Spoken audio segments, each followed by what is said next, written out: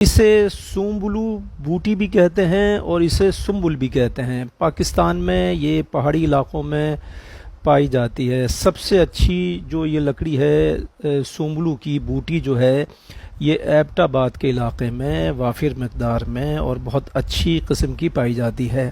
اس کے علاوہ افغانستان میں، ایران میں، ہندوستان میں، انڈونیشیا میں، کئی دوسرے دیگر ممالک میں یہ وافر مقدار میں پیدا ہوتی ہے۔ اس کا ایک درخت ہوتا ہے اور اس کی یہ جڑ کی لکڑی جو ہے استعمال کی جاتی ہے مختلف بیماریوں کے لیے۔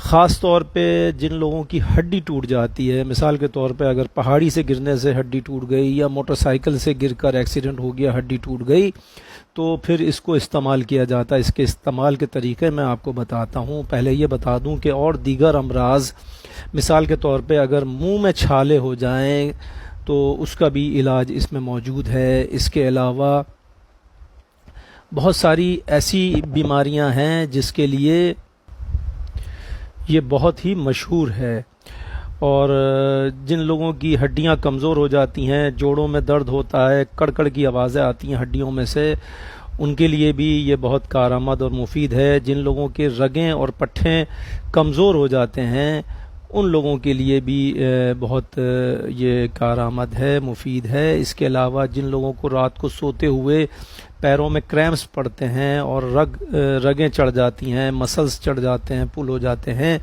تو اس کے لیے بھی یہ بہت مفید ہے۔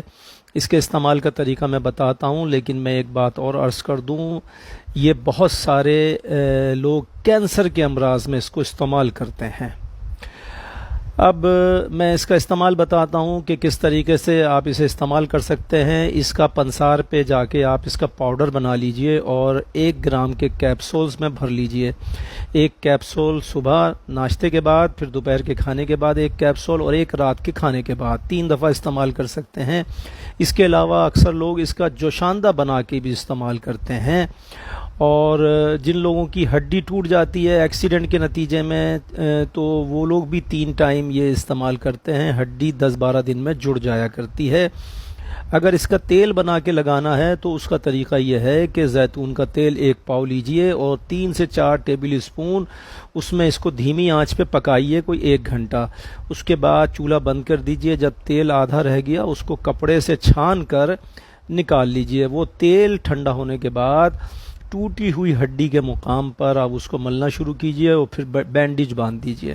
آپ دیکھیں گے 10-12-15 دن میں ہڈی جڑ جاتی ہے۔ یہ ہڈی جوڑنے کے لیے بہت ہی مشہور ہے یہ لکڑی، اور یہ پہاڑی علاقوں میں پائی جاتی ہے۔ اچھا، منہ میں چھالے اگر کسی کے نکل آئیں تو اس لکڑی کے پیس کو منہ میں چوسنا شروع کر دیں، چوس کر اس کی جو رال ہے وہ تھوکنا شروع کر دیں۔ آپ دیکھیں گے کہ 2 دن کے استعمال سے آپ کے منہ کے تمام چھالے جو زبان پہ نکلتے ہیں، چھالے جو وہ، اور جو گال کے اندر چھالے ہو جاتے ہیں، گال پکنے لگ جاتا ہے، زبان پکنے لگ جاتی ہے، وہ تمام منہ کے چھالے دور ہو جاتے ہیں۔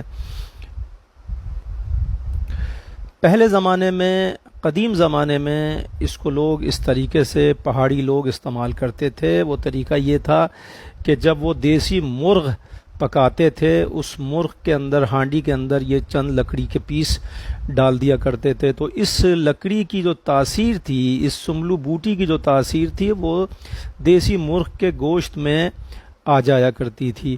اب جب اس کی تاثیر گوشت میں آ گئی دیسی مرغ میں، تو یہ لکڑی نکال کر، جب سالن پک جایا کرتا تھا، لکڑی نکال کر پھینک دیا کرتے تھے اور وہ گوشت کھا لیا کرتے تھے۔ اس سے ان کی ہڈیاں مضبوط ہو جاتی تھیں، اور اس کے استعمال سے، اس بوٹی کے استعمال سے عمر طولانی ہو جاتی ہے۔